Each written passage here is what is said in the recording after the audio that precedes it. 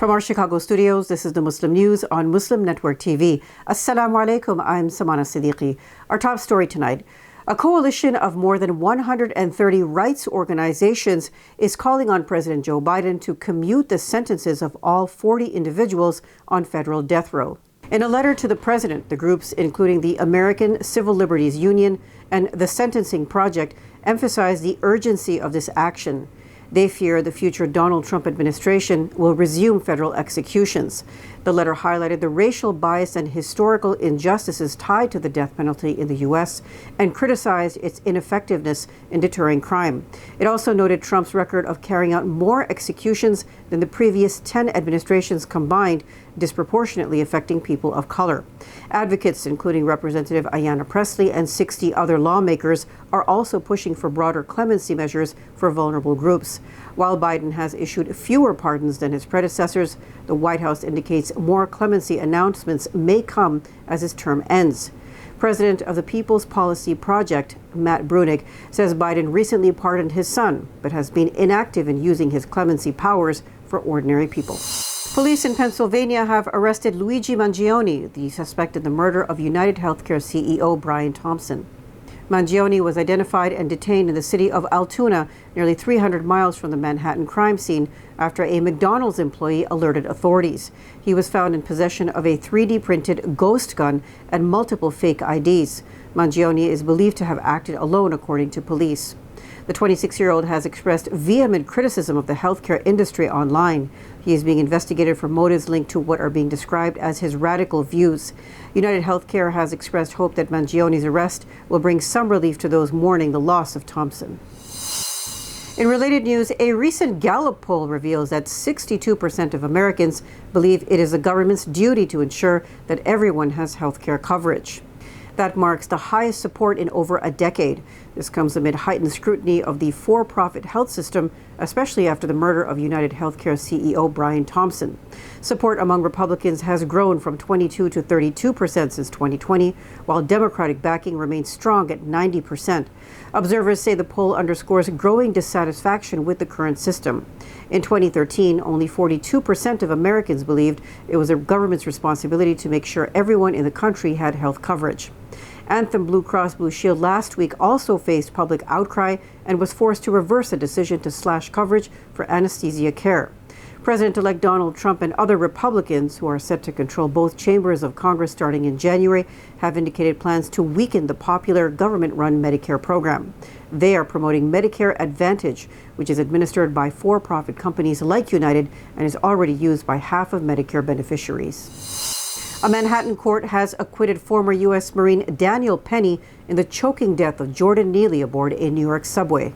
After a grueling 7-week trial and extensive deliberations, Penny was found not guilty of criminally negligent homicide, a charge stemming from an incident caught on a video that went viral. Neely's death in 2023 captured nationwide attention in the U.S. Critics framed the case as yet another incident of excessive force against a vulnerable black victim. Neely was black and Penny is white. The court's decision came despite the prosecution's portrayal of Penny's actions as reckless during an encounter with Neely, who was a mentally ill street performer.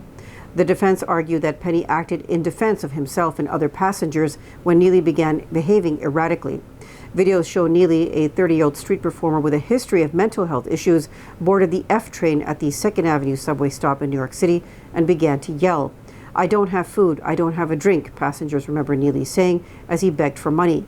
Penny, a 24-year-old architecture student and a former U.S. Marine, responded by pulling Neely to the floor of the subway car and placing him in a chokehold. Former Representative Liz Cheney has denounced President-elect Donald Trump's threats to imprison her and other January 6 committee members as an attack on democracy. In response to Trump's recent remarks on Meet the Press, Cheney accused him of lying about the committee's findings and undermining the rule of law. She highlighted Trump's efforts to overturn the 2020 election results, inciting a violent mob that assaulted the Capitol and disrupted the electoral process. Cheney refuted Trump's claims of evidence destruction by the committee, noting that all findings, including an extensive report and testimonies, remain accessible online. She asserted that any legal action against the committee would lack factual or constitutional grounds and could lead to legal repercussions for those pursuing such claims. An American physician who recently returned from a 5-week volunteer stint in Gaza has described the harrowing medical conditions she witnessed amid Israel's ongoing genocide in the region. Emergency medicine specialist Dr. Nazan al-Nahas recounted the painful choices she had to make daily, deciding who would receive life-saving treatments. She expressed a profound sense of despair and helplessness as resources were scarce and aid sporadic. Al-Nahas said she feels a personal obligation to offer her testimony to the International Criminal Court as she has been an eyewitness to this genocide. She said Israel is not allowing foreign press or investigators, and there are fewer witnesses. Former State Department spokesperson Alareer acknowledged many representatives have been unmoved by mounting evidence that Israel is committing genocide in Gaza. There's no way to really, truly express the emotions, the trauma that you feel in that moment. Seeing, family members just devastated, crying over the bodies of their children, their family members, their relatives. There was no way they could have prepared me for that, as much as they tried to. And just the feeling of almost hopelessness that you have when you're there, because you see these patients and you so desperately want to treat them and take care of them, and you know that you can't. There has never been so many representatives that have voted to block military assistance to Israel, right? So there is progress even in that slight number. But it goes back to what we were saying, is that there are interests, there are special interests, and our politicians no longer vote based on what their constituents are demanding. They no longer vote on what is good for America. And for me as a diplomat, that is critical. These decisions are not being made on what is keeping America safer, what is advancing U.S. interests. They're being made based on who's going to get me elected, which donors do I need to answer to. And that's what's driving decision making, and that's what's absolutely dangerous for the American people. And we, as American citizens and voters, need to understand that and push back against it. U.S. backs Israel's move in Syria's Golan Heights after collapse of Assad regime. Details after the break, so stay tuned, and we'll be right back.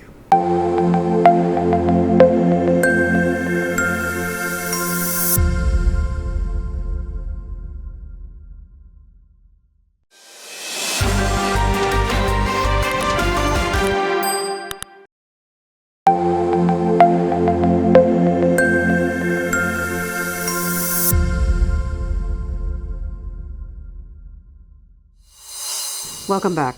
The U.S. has defended Israel's seizure of Syrian territory near the occupied Golan Heights. State Department spokesman Matthew Miller claims the takeover of a demilitarized buffer zone is a necessary defense measure against potential terrorist threats. Miller says the move is temporary to prevent a power vacuum in Syria that could attract terrorists. He reiterated the U.S. commitment to the 1974 Israeli-Syrian Disengagement Pact, aiming for enduring stability between the nations. Miller says the U.S. believes it is in the interests of all the countries in the region, including Israel, that there is stability in Syria and Lebanon.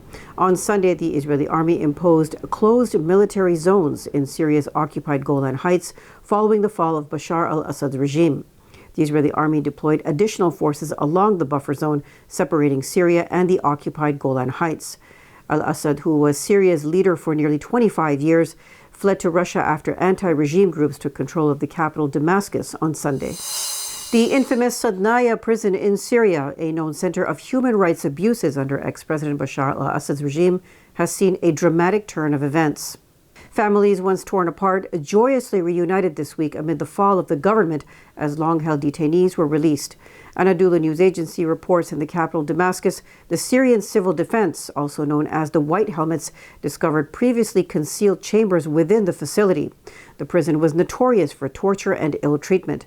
This included weekly mass executions and the systematic denial of basic necessities, contributing to the deaths of thousands since the Syrian uprising in March 2011. Reports say it has multiple underground levels where prisoners suffered in deplorable conditions. Efforts intensified as the White Helmets, aided by former insiders, attempted to unlock the electronic doors to these underground cells. Social media and various news outlets circulated heart-wrenching images and videos showing prosecutors liberating prisoners, some of whom, including young children, were visibly scarred by torture, barely able to walk.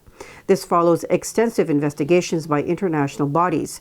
That includes a 2017 Amnesty International report condemning the systemic atrocities committed at Siddiqui, describing them as crimes against humanity. U.S.-backed Kurdish groups killed 10 civilians while trying to retake control of the Deir Ez-Zor provincial center in eastern Syria. They had been expelled from the area by local tribes. On November 27th, the Deir Ez-Zor provincial center was handed over by the regime of former President Bashar al-Assad to the Kurdish group PKK-YPG, but they were later pushed out.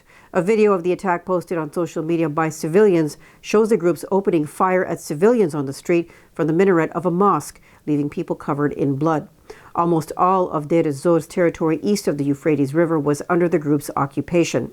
The provincial center and other rural areas were under the control of the al-Assad regime and Iranian-backed groups. Israeli forces have killed 51 Palestinians and wounded 60 others in a series of assaults across Gaza in the last 24 hours.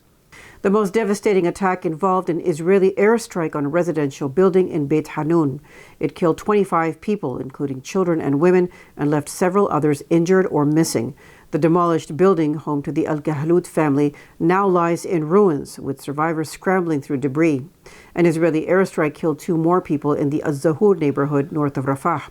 Israeli shelling in central Gaza also killed at least 13 Palestinians since dawn today. Additional deaths include the killing of a Palestinian fisherman by Israeli gunfire near Nusayrat camp, central Gaza. Israeli naval forces have also detained 6 Palestinian fishermen who tried to sail into the Mediterranean Sea earlier on Tuesday. Since early October, Israeli forces have laid a deadly siege in areas in northern Gaza, including Jabalia and Beit Lahia. Israel's genocide in Gaza has killed at least 44,758 Palestinians and wounded 106,188 since October 7, 2023. Last month, the International Criminal Court issued arrest warrants for Israeli Prime Minister Benjamin Netanyahu and former Defense Minister Yoav Gallant for war crimes and crimes against humanity in Gaza. Israel also faces a genocide case at the International Court of Justice for its war on Gaza. The Council on American Islamic Relations, or CAIR, has announced the release of If I Must Die, a collection of works by the late Palestinian poet and activist Refaat Alareer. The book's title references his last poem, which he famously tweeted just weeks before his assassination by Israel on December 6th last year. It has emerged as a symbol of Palestinian resistance. CAIR is urging Americans to engage with Alareer's legacy by hosting discussions and readings of his book, which is available as of today. Alareer was killed by an Israeli airstrike in northern Gaza, along with his brother, sister, and 4 of his nephews.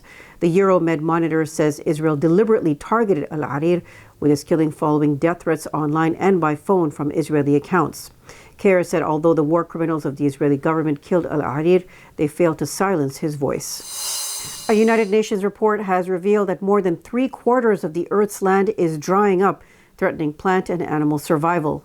Released during a United Nations summit in Riyadh, Saudi Arabia, aimed at combating desertification, the findings underscore the severe impact of human-induced climate change. That includes higher temperatures, deforestation, and water scarcity.